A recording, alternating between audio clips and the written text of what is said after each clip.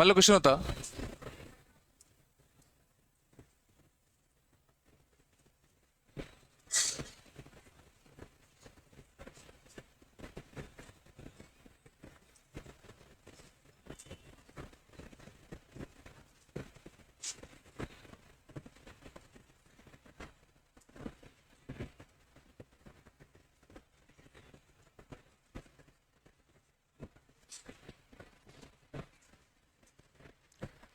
चलो मान लेता हूं हमें इस सीरीज का समेशन फाइंड करना है। बताओ क्या करें।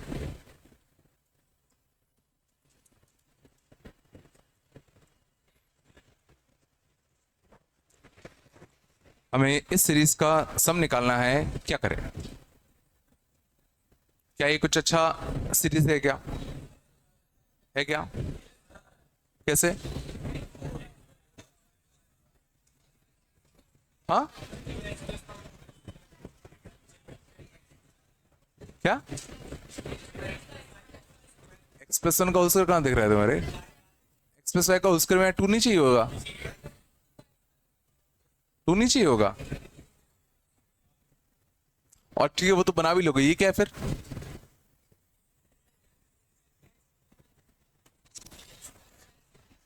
क्या बोले? हाँ, चलो देखना, इसमें अभी तो जुगाड़ नहीं है। अगर मैं एक x माइनस वाई का मल्टीप्लाई डिवाइड दे दूं, देखो x माइनस वाई का पूरे मल्टीप्लाई होता, एक x माइनस वाई का क्या कर रहे हैं, डिवाइड। तो x minus Y into X plus Y अच्छा होता है।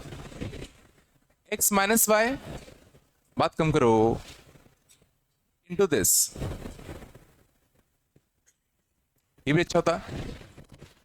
And x minus Y into this,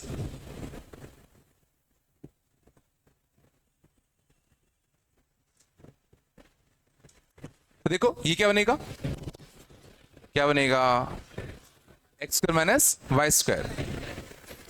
ये a minus b a square plus a b plus b square किसकी आइडेंटिटी होती है?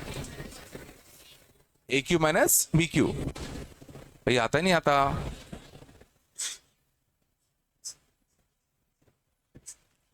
ये किसकी आइडेंटिटी है?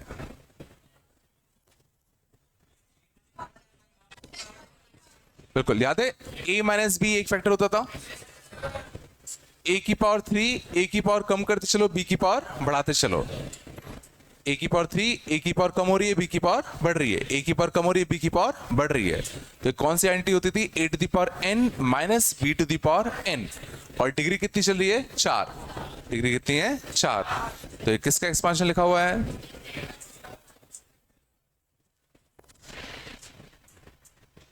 कुछ याद आया तो शायद समझ में आ गया होगा। अब कुछ अच्छा दिखा क्या? कुछ अच्छा दिख रहा है क्या?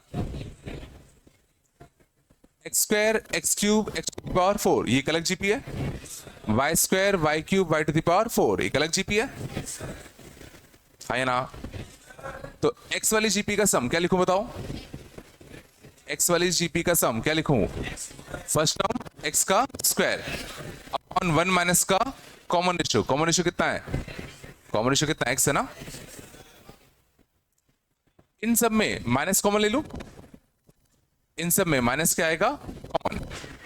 Y square Y cube Y to the power 4 infinite GP का first term y square upon 1 minus का कॉमन रेशियो, और बाहर कितना बैठा हुआ है? 1 अपॉन एक्स माइनस का वाई।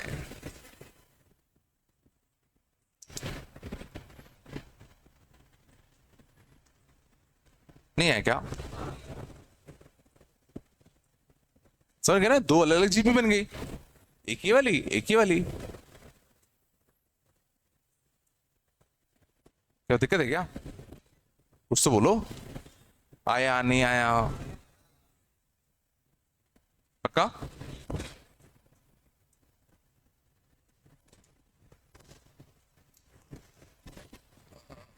आगे चले।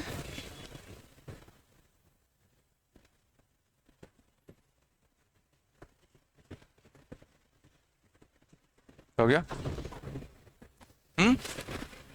क्या लड़ाई हो गई क्या?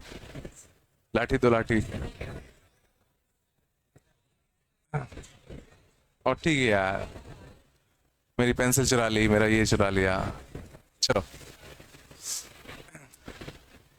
एक बार बचपन में एक बच्चे ने मेरी पेंसिल चुरा ली थी, मैं बहुत रोया था।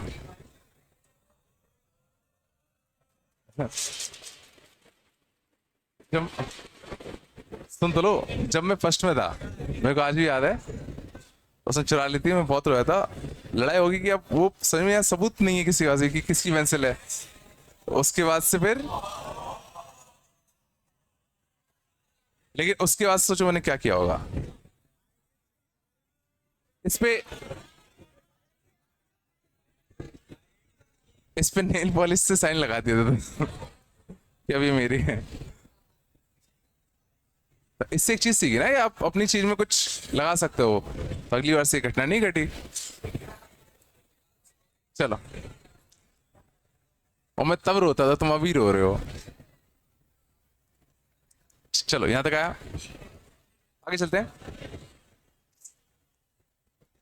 बस शांत, आगे लिखते हैं, बात कम करो। मान लो एक बिल्डिंग है, शांत, हाइट एच की। बस, a ball is dropped from the top of the building.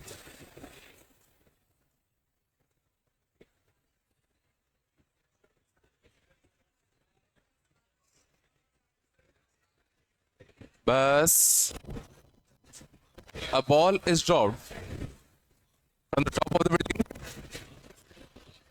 शांत जाओ।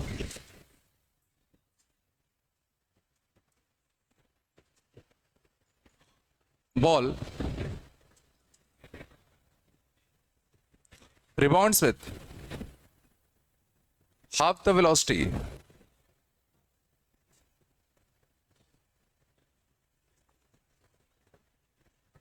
every time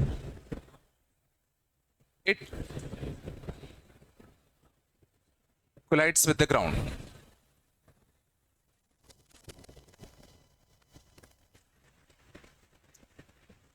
Find total distance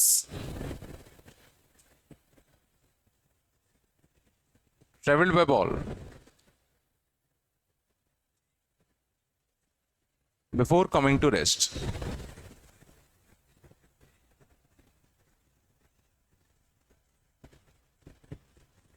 चलो देख लो, इतना लिखने की जरूरत नहीं है, समझ लो। पहले एक बॉल को हमने एच हाइट से ड्रॉप किया,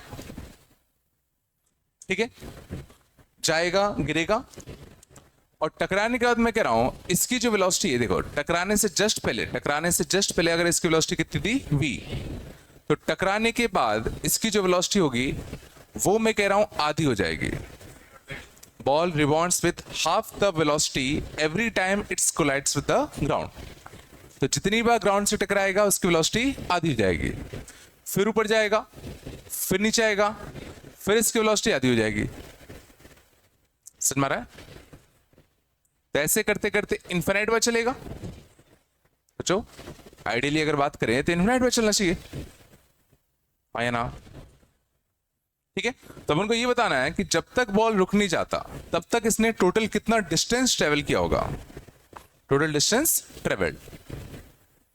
ठीक है, पहले क्वेश्चन समझ में आया भाई? आया नहीं आया? चलो देखते हैं। तो पहले तुम ये बताओ, अगर हमने बॉल को ड्रॉप किया तो नीचे आते आते तक इसकी वेलोसिटी कुछ v होगी। समझ में आता है? ठीक है, तो अगर सोचो ये v से ही रिबाउंड हो जाता, अगर ये v से ही रिबाउंड हो जाता तो कहां तक जाता? हाँ, अगर v से ही रिबाउंड हो जाता तो सोचो वापस यहीं पहुंच जाता। बट अपन ने इसको कितने से रिबाउंड कराया? v/2 से। तो कहां तक जाएगा? कहां तक जाएगा? h/2 तक। सब h/2 कर रहे हैं क्या? अगर ये v/2 से तो भी क्या h/2 तक जाएगा? तो कहां तक जाएगा?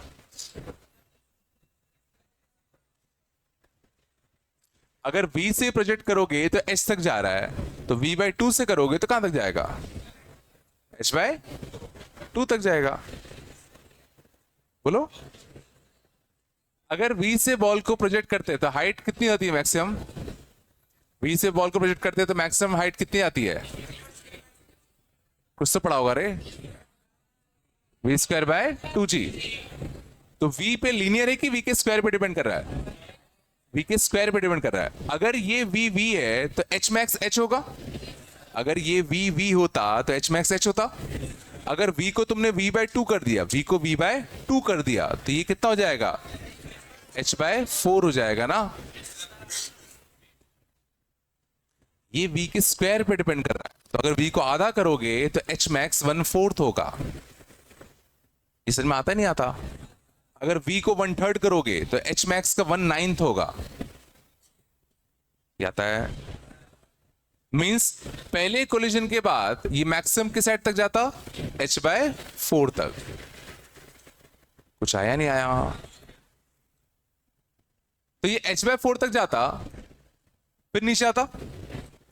तो जब जस्ट टकराने से पहले इसकी वेलोसिटी कितनी होती? v/2 ही होती। तो टकराने के बाद इसकी वेलोसिटी कितनी होगी? v/4। और अगर ये v/4 हो गया तो v को 1/4 करोगे तो h max कितना होगा? h/16। समझ में आता है?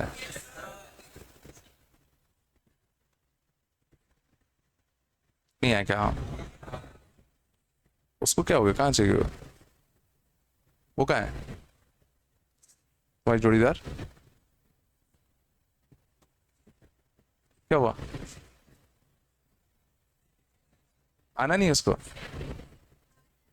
हाँ, अच्छा, आराम से, सही है।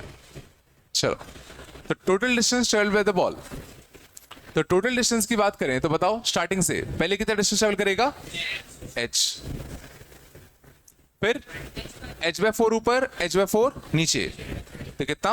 h/2।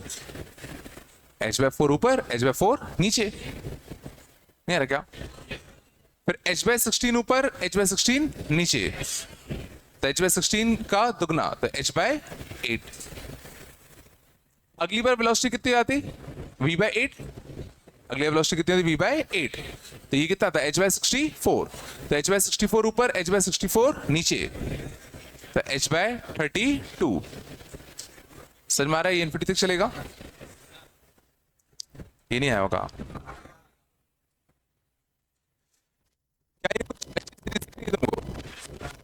क्या ये कोई अच्छी सीरीज है क्या? है क्या? जीपी है? कॉम्बिनेशन कितना है? क्या ये जीपी है कि नहीं है? समझ, यहां से अगर देखोगे तो कॉम्बिनेशन 1/2 है, बट यहां कॉम्बिनेशन 1/4 है। तो समझ, इस टर्म को छोड़कर ये पूरा जीपी होगा। इस समय इस टर्म को क्यों छोड़ना पड़ा? क्यों छोड़ना पड़ा? क्योंकि सोचो, h हमने एक ही बार किया। ये सब सोचो, एक बार गए, एक बार आए, एक बार गए, एक बार आए, बट यहां पर सिर्फ आए आए थे। अगर गए भी होते तो सोचो पक्का ये जीपी बनता। इसमें ये जीपी में क्यों नहीं पार्ट किया? क्या इस जीपी का हम सम लिख सकते हैं? इस जीपी का सम कैसे लिखते हैं? First term h/2 upon 1 minus का कॉमन रेशियो कितना है? 1/4। भाई आ रहा है नहीं आ रहा? ये कितना होता? 3/4। बोलो, 3/4 तो कितना आता? 2h/3 plus h। तो टोटल डिस्टेंस कितना ट्रेवल किया? 5h/3।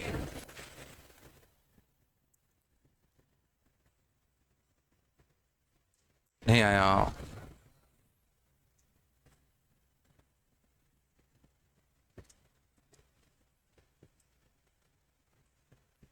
ठीक है, तो बस तुम्हें इतना सा समझ में आना चाहिए था कि अगर वेलोसिटी तुमने आधी कर दी तो h max 1/4 हो जाएगा। वेलोसिटी तुमने अगर 1/4 कर दिया तो h max 1/16 हो जाएगा। इस समझ में आता है नहीं आता? सच बताओ, आ रहा है ना भाई?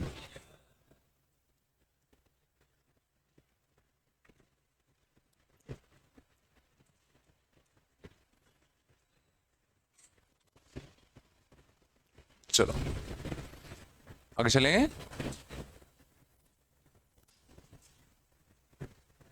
हटा दो ना इसको।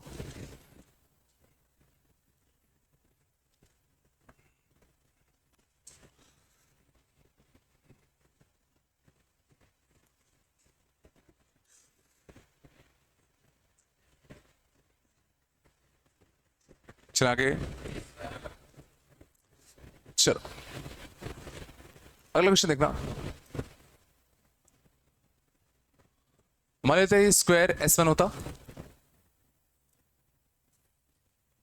इसके मिड पॉइंट्स को ज्वाइन किया तो भी एक स्क्वायर बनता। इसको हमने नाम दिया स्क्वायर S2।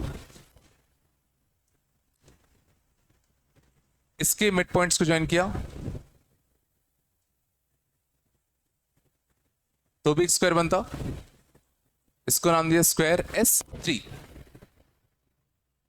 समझे? ये पहला स्क्वायर S1, इनके मिड पॉइंट्स को ज्वाइन करके दूसरा स्क्वायर S2, इनके मिड पॉइंट्स को ज्वाइन करके नया square S3, and so on ऐसे करते गए इन्फिनिटी तक। तो हमें चाहिए summation of area of SI square from I equal to 1 से इन्फिनिटी। समझ में आ रहा है क्या पूछा गया? जितने भी ऐसे स्क्वायर्स बनते उन सब के एरिया का सम। लेट सपोज जो पहला जो स्क्वायर था इसका साइड लेंथ होता 2,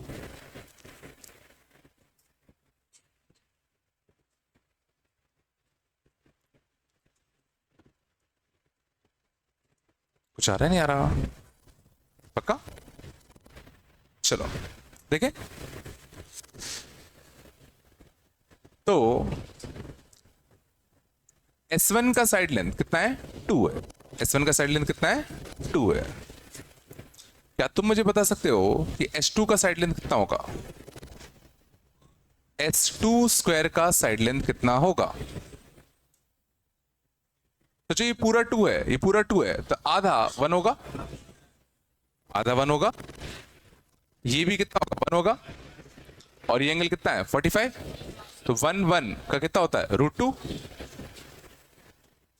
ये तो पता है ना कि अगर ये A होता है, ये A होता है और ये 45 डिग्री होगा तो ये कितना होगा? A √2 होगा। ये पता ना? तो ये 1 है, ये 1 है, तो ये कितना होगा? 1 का √2 टाइम्स। तो S2 का साइड लेंथ, S2 का साइड लेंथ कितना आएगा? √2।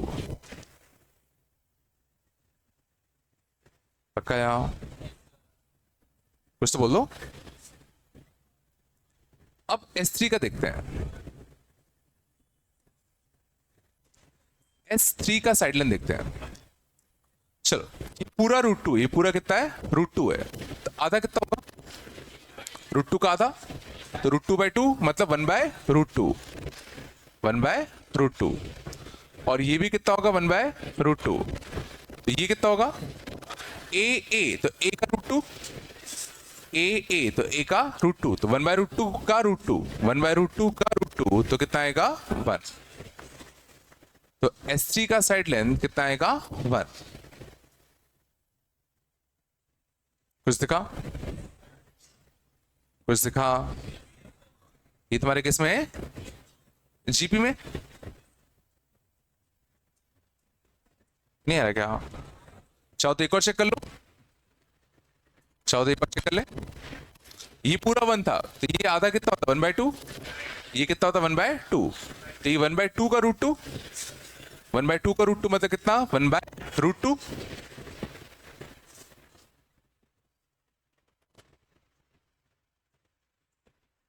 समझ में आया? सही में आ रहा है भाई? बस अब हमें हर एक स्क्वायर का एरिया चाहिए। तो इसका एरिया कितना आता? 4। इसका एरिया कितना आता? 2। इसका एरिया कितना आता? 1। अगले का एरिया कितना आता? 1/2। अप टू कितना? इन्फिनिटी। इसका सम निकाल सकते हैं क्या? तो A/1 का R, तो आंसर कितना आता? 8।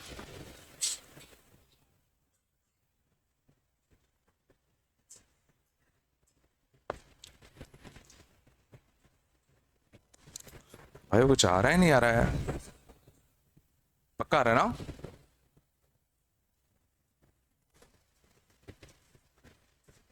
और कपड़े कहाँ गए? हाँ, कहाँ गए?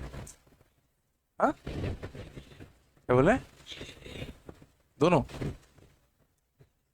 हाँ, देखिए, एक फट गई। कैसे फट गई थी?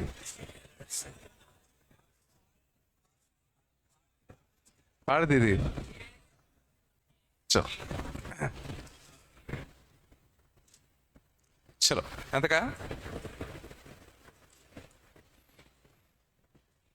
इसको हटा दूं क्या? चलो आगे चले।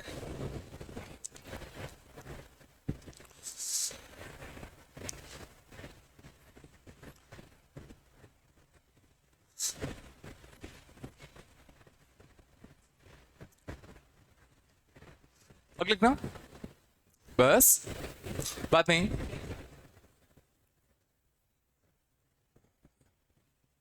अगले लिखना, 5555 n टाइम्स। जैसे मान लो ये लिखा होता 5555 n बार। इसको सर हम लोग एक और फॉर्म में लिख सकते हैं। ध्यान दो एक बार, मैं पूरे में से 5 कॉमन ले लूं तो कितना चाहिएगा? 1111 इन टाइम्स। सोचो, 555 होता, 5 कॉमन लेते तो 111 बचता। ठीक है ना? अब मैं एक पूरे में 9 का मल्टीप्लाई डिवाइड दे दूं तो 9999 इन टाइम्स। तो 9 का मैंने पूरे मल्टीप्लाई किया तो 9 मल्टीप्लाई किया तो डिवाइड भी देना पड़ेगा,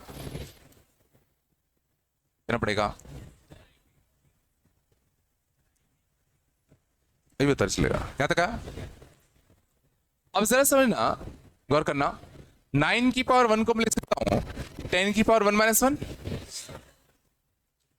99 को लिख सकता हूं 10 की पावर 2 माइनस 1। 3 9 को लिख सकता हूं 10 की पावर 3 माइनस 1। तो n 9 को क्या लिखूंगा? 10 की पावर n माइनस 1।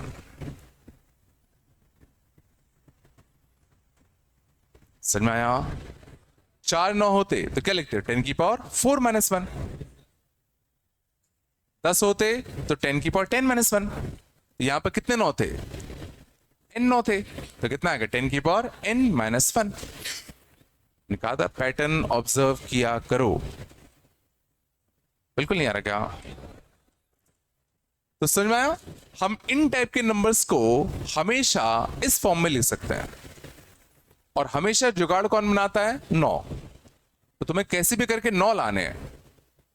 तो यहां 5 थे तो पहले मैंने 5 को बाहर निकाला, फिर 9 को मल्टीप्लाई डिवाइड दे दिया। समझ में आ रहा है? 9 अगर बन जाएंगे तो ये बड़ा अच्छा बन जाएगा। नहीं है क्या? कुछ तो बोल दो।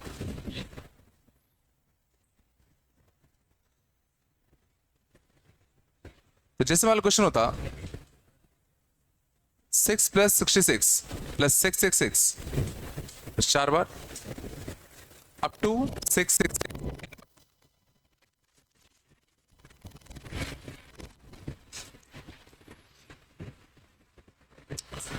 मान लो हमें इसका समेशन चाहिए तो हमेशा ध्यान रखा करो तुम्हें 9 बनाना है। 9 बनेगा तो चीज अच्छी बनेगी। तो 9 बनाने के लिए क्या करूं? पहले पूरे में से 6 कॉमन ले लूं तो इसमें कितना बचता? 1, इसमें 1 1, इसमें 1 1 1 एंड सो ऑन। लास्ट में कितना बचता? 1 1 1 कितनी बार? n बार। बोलो है ना? अब पूरे में एक 9 का मल्टीप्लाई डिवाइड दे दे तो 9 का मल्टीप्लाई करते तो 9 99 999 एंड लास्ट टर्म बनता 999 कितनी बार? n बार। 9 का मल्टीप्लाई किया तो 9 का क्या देना पड़ेगा? डिवाइड। अब इस 9 को मैं क्या लिखूंगा? 10 की पावर 1 माइनस 1। 99 को क्या लिखेंगे? 10 की पावर 2 माइनस 1।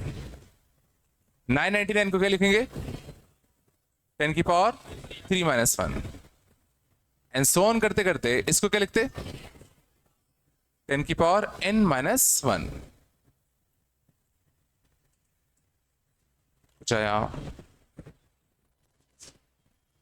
देख लो आराम से, पक्का आया? अब क्या हम इसका सम निकाल सकते हैं क्या? कैसे? इसका सम क्या निकाल पाएंगे? देखो माइनस 1 अलग कर दूं, माइनस 1 माइनस 1 माइनस 1 माइनस 1 कितनी बार? n बार आएगा ना, 1 से लेके n तक चल रहा है, तो माइनस 1 माइनस 1 माइनस 1 n बार, तो कितना आता? Minus n। Minus 1 minus 1 minus 1 को जोड़ोगे तो माइनस n आएगा। पक्का या? इनको ऐड कर दूं, 10 10 स्क्वायर 10 क्यूब अप टू 10 की पावर n, इसका सब निकाल सकते हैं क्या? क्यों? जीपी, जीपी का फर्स्ट टर्म कितना है? जीपी का फर्स्ट टर्म कितना है? 10। कॉमन रेशियो कितना है? 10। नंबर ऑफ टर्म्स कितने हैं? 1 से लेके n तक, n minus 1 upon 10 minus 1 upon 10 minus 1। बोलो आया? तो ये इसका सिंप्लीफाइड आंसर होता है।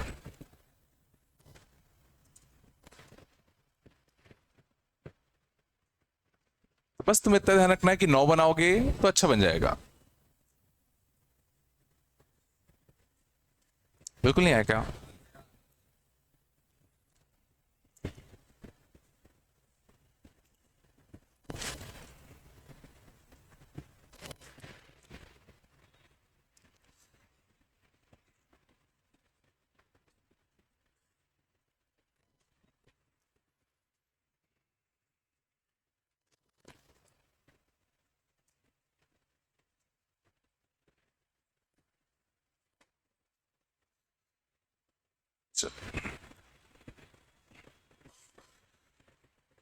से कितना?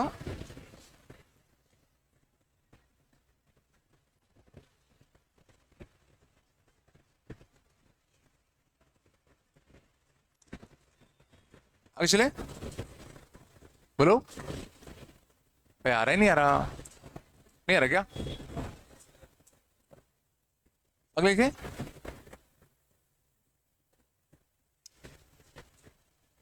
0.7 0.77 0.777 0.777 n बार।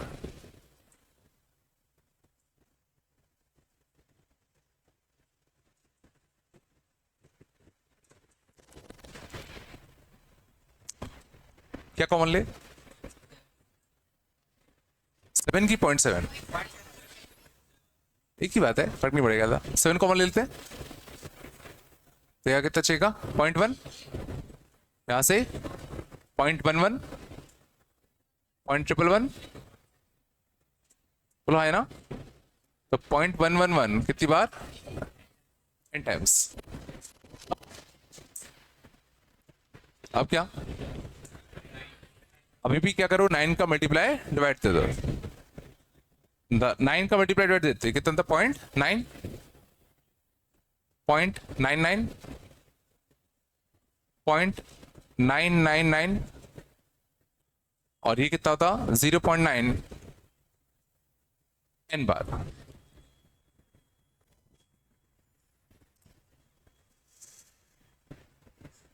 पक्का या?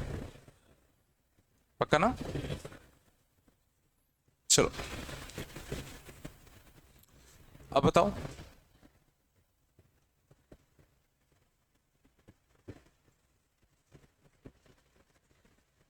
बोलो इसको कितना? 1 माइनस का 0.1, बोलो इसको कितना? 1 माइनस का 0.01। पूछो 0.9 कब आएगा? 1 माइनस 0.01। या .999 कब आएगा? 1 माइनस का 0.001, फिर से बोलो। तो शायद समझ में आ रहा होगा। ये क्या लिखा है? 10 की पावर -1। ये क्या लिखा है? 10 की पावर -2। ये क्या लिखा है? वो 10 की पावर -3। तो शायद समझ में आ गया होगा। लास्ट में क्या आएगा? 1 माइनस 10 की पावर -n। बुलाया ये नहीं है क्या? क्या इसका सब निकाल सकते क्या? 1 वाले अलग कर लूं। 1 1 1 1 कितनी बार? n बार। इनमें माइनस कॉमन ले ले। फर्स्ट टर्म कितना? 1/10। फर्स्ट टर्म कितना? 1/10। Common ratio 1/10। Number of terms n। 10 -1।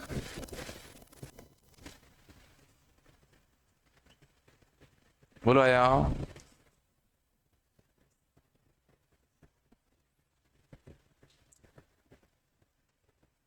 कुछ आ रहा है? नहीं आ रहा? कुछ तो बोलो यार।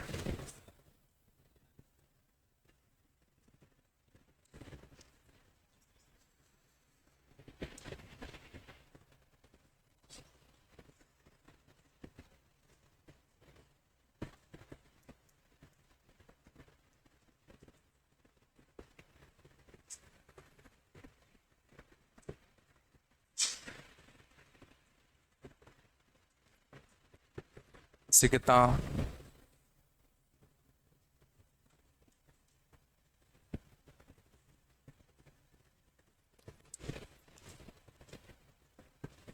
चलो आगे चलें।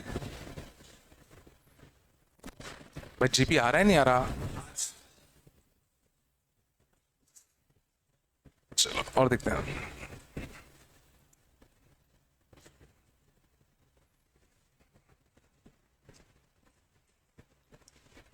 आगे देखते हैं। Prove that 1 1 1 1 1 91 times is a composite number.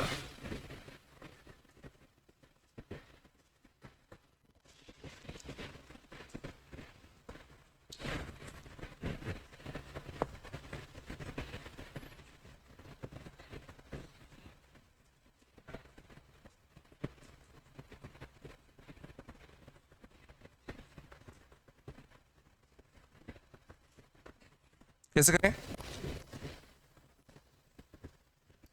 Prove that 1 1 1 1 91 times is a composite number.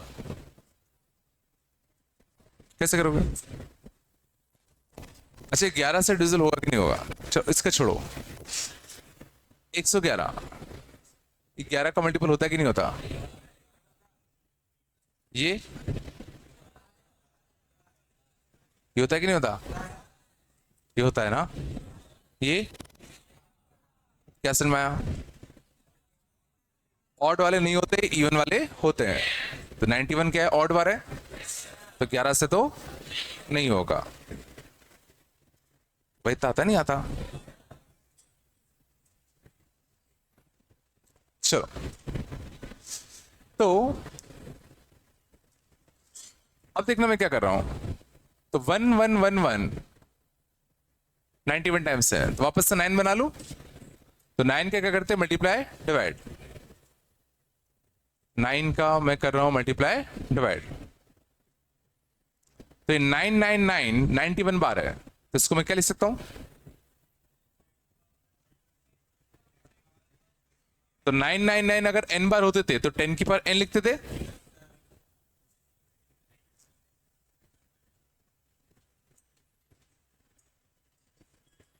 बोलो है ना? तो हमें इनडायरेक्टली ये प्रूव करना है this is a composite number. ये प्रूव करना है। कैसे करें?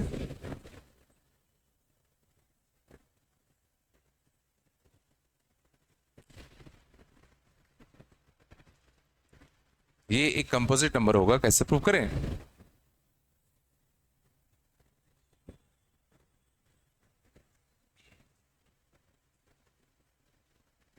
चलो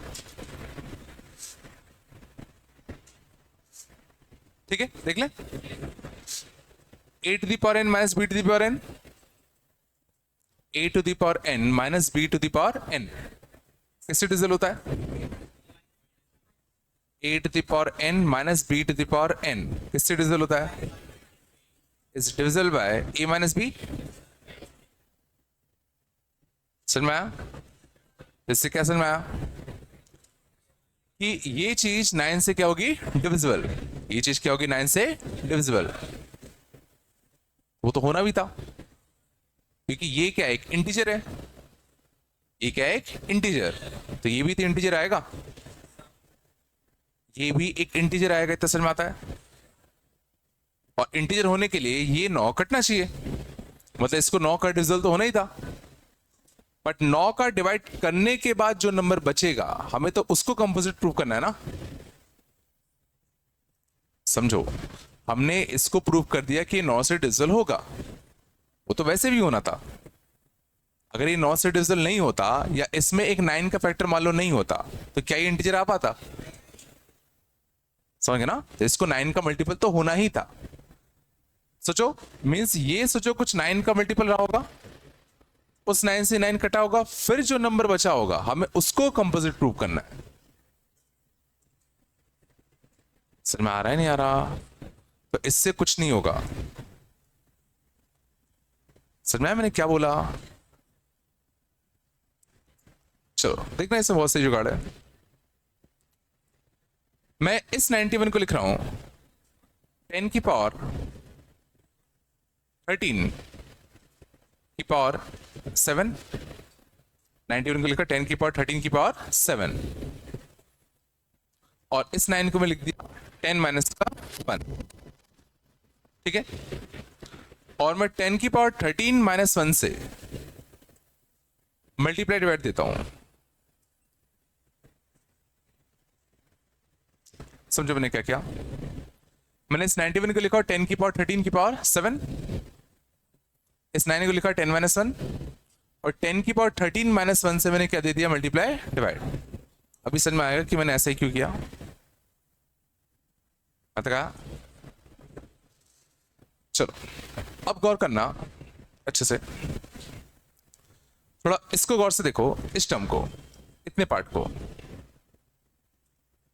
first term 1, first term common ratio two the power number of terms -1 upon common ratio -1। ये क्या लिखा हुआ है? सम ऑफ जीपी लिखा हुआ है। इसका फर्स्ट टर्म क्या है? इसका फर्स्ट टर्म क्या है? 1। कॉमन रेशियो 10 की पावर 13, कॉमन रेशियो 10 की पावर 13। Number of terms 7। सोचो जरा, चला ये पूरा पार्ट क्या लिखा हुआ है? एक सम ऑफ जीपी, इसका फर्स्ट टर्म 1 है, कॉमन रेशियो कितना है? 10 की पावर 13 है। ये नहीं आया क्या? सोचो ना, first term 1, common ratio two the power number of terms -1 upon common ratio -1। तो शायद समझ में आ गया मैंने 10 की पावर 13 -1 का ही मल्टीप्लाई डिवाइड क्यों किया। तो यहां कॉमन रेशियो 10 की पावर 13 की तरह था ना, तो r -1 चाहिए था। नहीं आया ना? इसको गौर से देखो, फर्स्ट टर्म 1, कॉमन रेशियो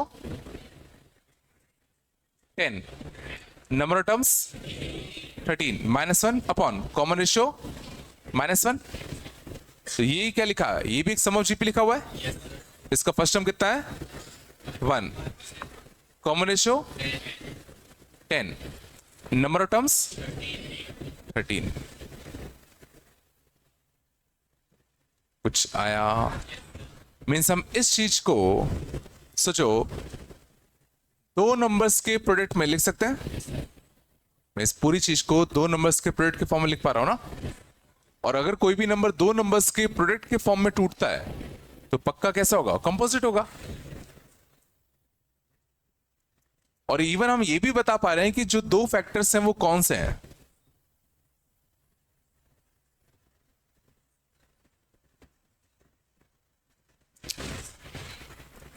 लग नहीं रहा है यहां, नहीं है ना।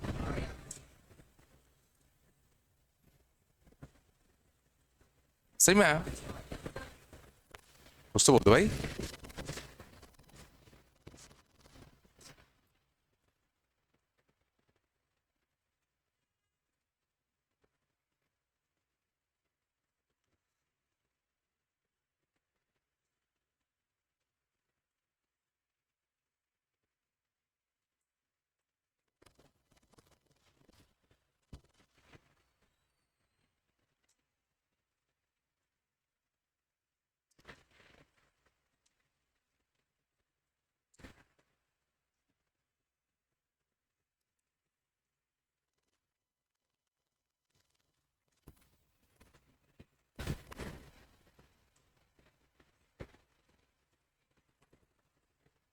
चलो ठीक है, थोड़ा सा वेरिएशन देखना। मींस अब मैं ये कह सकता हूं कि 1111 91 times this number can be written as this into this. बोलो है ना। क्या और भी दो, और भी तरीके से मैं इसको दो फैक्टर में तोड़ सकता हूं क्या, इसके अलावा किसी और तरीके में तोड़ सकता हूं क्या। एक तो तरीका इसके दो फैक्टर ये दो हो गए, क्या मैं और कोई दो फैक्टर इसके बना सकता हूं इन दो के अलावा। बोलो। तो जैसे मैंने यहां पे 13 की पावर 7 लिया था, अगर मैं यहां पे 7 की पावर क्या लेता 13, ये ले लू, 9 को लिखता 10 माइनस 1, तो ये आर का काम कर रहा है। तो इस बार समझ में आ रहा है मुझे किसका मल्टीप्लाई देना पड़ेगा, 10 की पावर 7 का।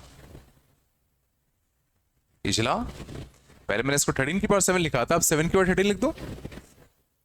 तो जरा सोचो, ये पार्ट जीपी है, इसका फर्स्ट टर्म 1 है, कॉमन रेशियो 10 की पावर 7 है, कॉमन रेशियो 10 की पावर 7 है, और कितना 13।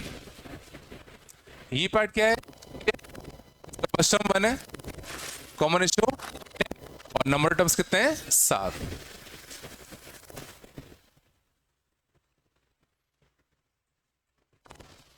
कुछ आ रहा है नहीं आ रहा भाई, नहीं है क्या। तो इसको हम ऐसे भी तोड़ सकते हैं और ऐसे भी तोड़ सकते हैं। बोलो। तो समझ में आ रहा है कि अगर ये 91 की जगह पर अगर 89 होता, तो अगर मान लो ये 91 की जगह पर 89 होता तो क्या कुछ हो पाता। बच्चों 91 के दो फैक्टर होते हैं 13 और 7, तभी तो मैं इसे तोड़ पा रहे हैं। 89 में क्या करते, समझ में आ रहा है, 89 में कुछ नहीं हो पाता। कुछ आ रहा है नहीं आ रहा। मींस अगर ये चीज कंपोजिट है, अगर ये चीज कंपोजिट है तो ये पूरा नंबर भी कंपोजिट है।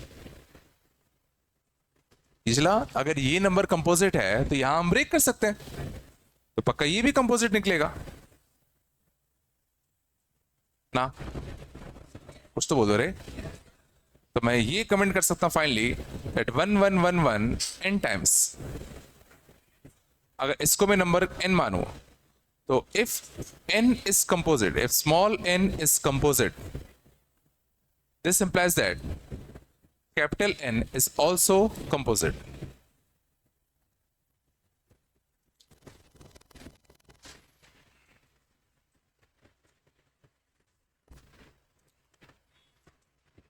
अब लग नहीं रहा कुछ आ रहा है।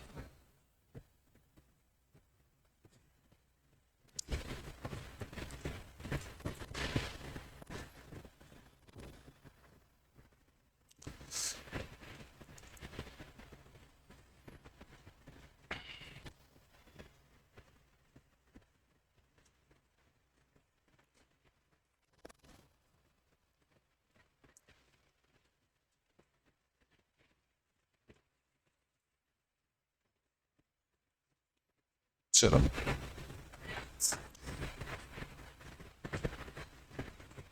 आगे चले भाई, ये लॉजिक आया नहीं आया?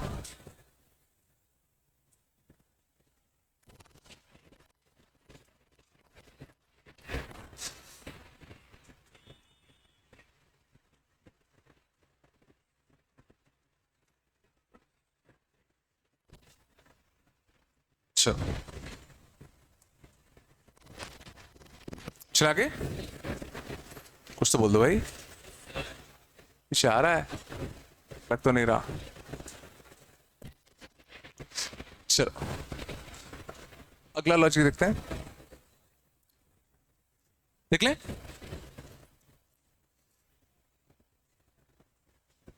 If three sides of a triangle are in GP, if three sides of triangle are in GP, find range of common ratio and range of common ratio। अगर ट्रायंगल के 3 साइड लेंथ अगर GP में है तो common ratio कहां से कहां तक जा सकता है? कुछ समझ में? क्वेश्चन क्या है? मान लो कोई ट्रायंगल होता, उसके 3 साइड जीपी में होते, ए आर और ए आर स्क्वायर। ये पूछा गया है कि अगर ऐसा है तो उस जीपी का जो कॉमन रेशियो होगा वो कहां से कहां तक जा सकता है। ठीक है, तो क्या यूज करेंगे? हाँ, कौन सा? ट्रायंगल का क्या? बिल्कुल, तो ट्रायंगल लॉ यूज करेंगे। ट्रायंगल लॉ क्या होता है? ट्रायंगल लॉ क्या होता है? ट्रायंगल लॉ होता है sum of two sides of triangle is smaller than कि less than? Greater than third side. आया नहीं आया? ट्रायंगल लॉ क्या कहता है? Sum of two sides of triangle is greater than third side. ठीक है, या बेहतर तरीका होगा sum of two smaller sides of triangle is greater than the greatest side. ये ज्यादा बेहतर होगा। दो जो छोटे वाले साइड्स हैं उनका सम जो तीनों में ग्रेटेस्ट होगा उनसे बड़ा होना चाहिए। पिछले मैंने क्या बोला? नहीं है क्या? जो दो छोटे साइड्स होंगे ना, देखो 3 साइड है, इनमें एक सबसे बड़ा होगा और 2 छोटे होंगे, तो 2 छोटे वाले का सम मिलकर तीसरे वाले से बड़ा होना चाहिए। समझ में आया? ठीक है, एक ही बात है। सोचो अगर 2 छोटे वाले मिलके अगर इससे बड़ा हो गए तो ये दोनों मिलके तो इससे बड़ा हो ही जाएगा ना, ये दोनों मिलके इससे बड़ा हो ही जाएगा। समझ में आ रहा है? तो यहां पर मैं क्या करूं बताओ? या मैं क्या लिखूं? क्या मैं a plus A R greater than A R square directly लिख दूं, या कुछ मुझे सोचना पड़ेगा?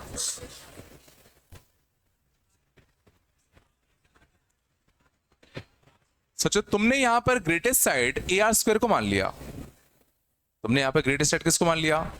ए आर स्क्वायर को, बट क्या ये हमेशा ग्रेटेस्ट साइड होगा? सोचो, ये बिल्कुल सही होगा case 1 when r is greater then 1। बिल्कुल, अगर r 1 से बड़ा है तो सोचो सबसे बड़ा यही होगा। अगर r 1 से बड़ा है तो पक्का है यही होगा। देखो r नेगेटिव तो नहीं हो सकता। क्यों नहीं हो सकता? क्योंकि साइड लेंथ नेगेटिव नहीं हो सकती। या तो r 1 से बड़ा होगा या तो r 0 और 1 के बीच में होगा। तो जब r 1 से बड़ा होगा तो इन तीनों में सबसे बड़ा यही होगा। तो sum of two smaller sides should be greater than the greatest side. या अब इसको मैं सॉल्व कर लूं, बोलो a कटता, यहां से r square minus r minus 1 less than कितना? 0।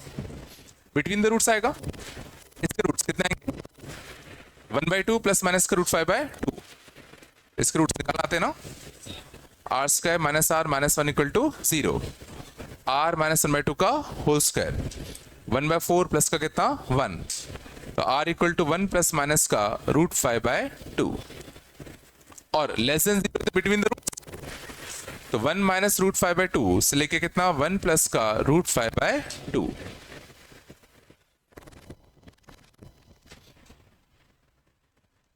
तो क्या केस 1 का आंसर ये है, क्या केस 1 का आंसर ये है, ये नहीं है।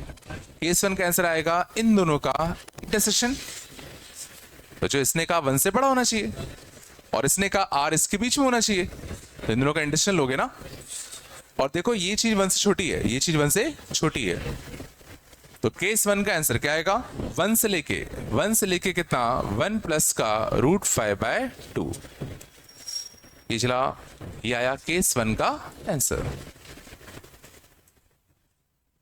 नहीं है क्या? केस 2 क्या बनेगा बताओ,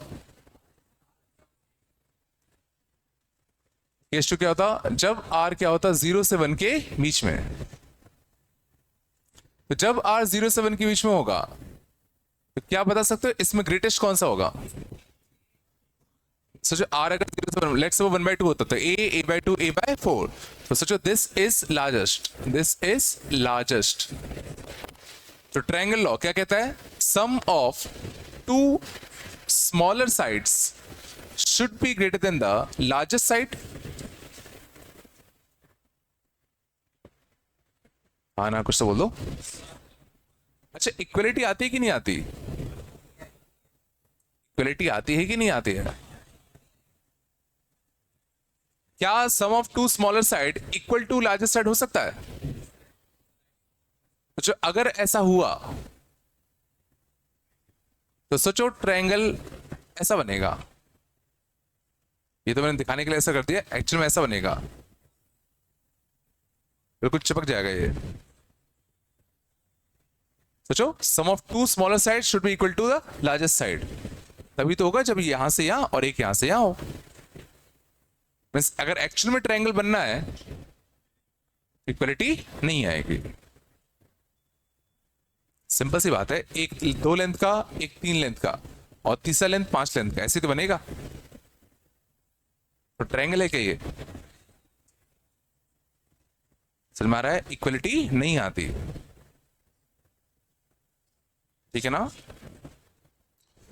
चलो अब इसको सॉल्व कर ले, तो R square plus R minus 1 greater than कितना 0, इसके रूट्स क्या आते, -1 प्लस रूट 5/2 और -1 माइनस रूट 5/2, तो -1 minus root 5/2 and -1 plus root 5/2, हमें कौन सा चाहिए था, ये वाला, तो माइनस इन्फिनिटी से -1 minus root 5/2 union -1 plus root 5/2 से लेके कितना इन्फिनिटी, बोलो आया, कुछ तो बोल दो, और इसका इंटरसेक्शन इसके साथ लेते, 0 से 1 का इंटरसेक्शन इसके साथ लेते, तो ये तो देखो नेगेटिव है, ये तो हट ही जाता, ये चीज देखो 1 से छोटी है, ये चीज 1 से छोटी है, सॉरी 1 से बड़ी है, बड़ी है क्या, नहीं छोटी है ना, 2.2 माइनस 1.2/2, तो यहां से लेके 1 तक, तो कितना आता -1 प्लस रूट 5/2 से लेके कितना आता 1 तक,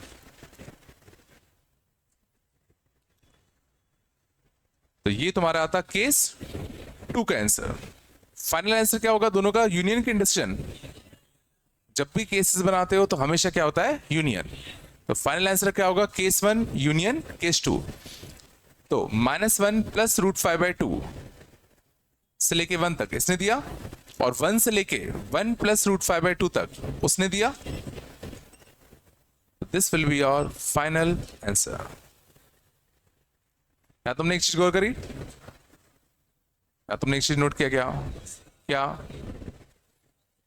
देखो 1 यहां भी क्लोज था, 1 यहां भी क्लोज था, बट मैंने 1 को फाइनल आंसर में इंक्लूड कर लिया, सोचो 1 को मैंने फाइनल आंसर में इंक्लूड कर लिया। अगर R1 हो जाता, अगर R1 हो जाता तो इक्वेटर ट्रायंगल बनता, तो भी तो सही है।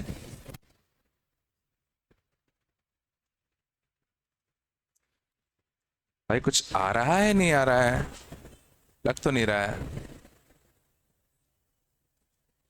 नहीं है क्या?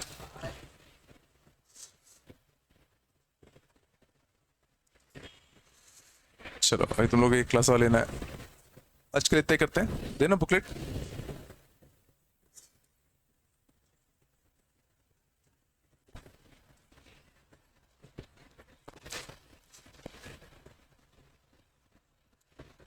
टिक कर लो कौन से करने हैं।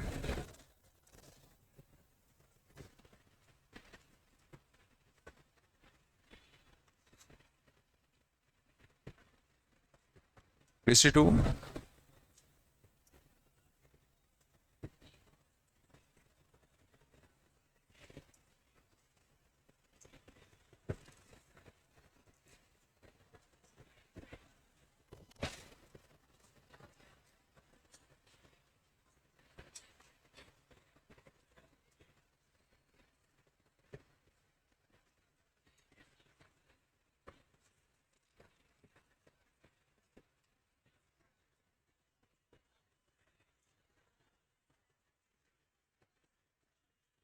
हाँ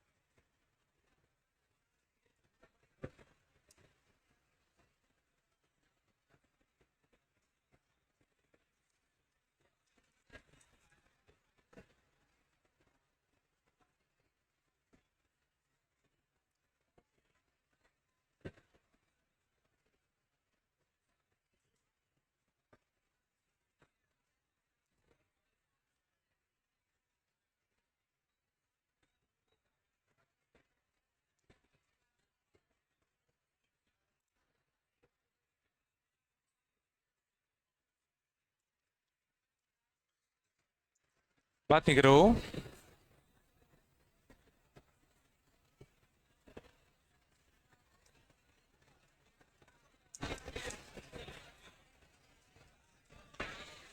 क्या हो गया? तो तुम लोग कौन सा करते हो यार?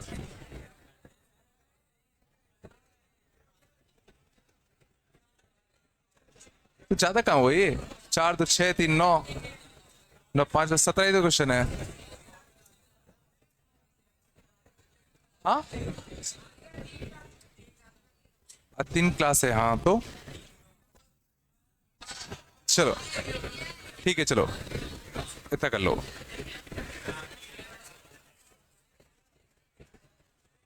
लो कल क्लास है ना, कल अपनी क्लास है ना, कल लेना, कल तक है ना, कल लोगे ना? तीसरी क्लास के बाद अपन मिलते हैं, पेपर का डिस्कशन कर लेते हैं, ठीक है ना? तीसरी क्लास छूटेगी, उसके बाद मैं आता हूँ 15 मिनट बाद, है ना? ठीक है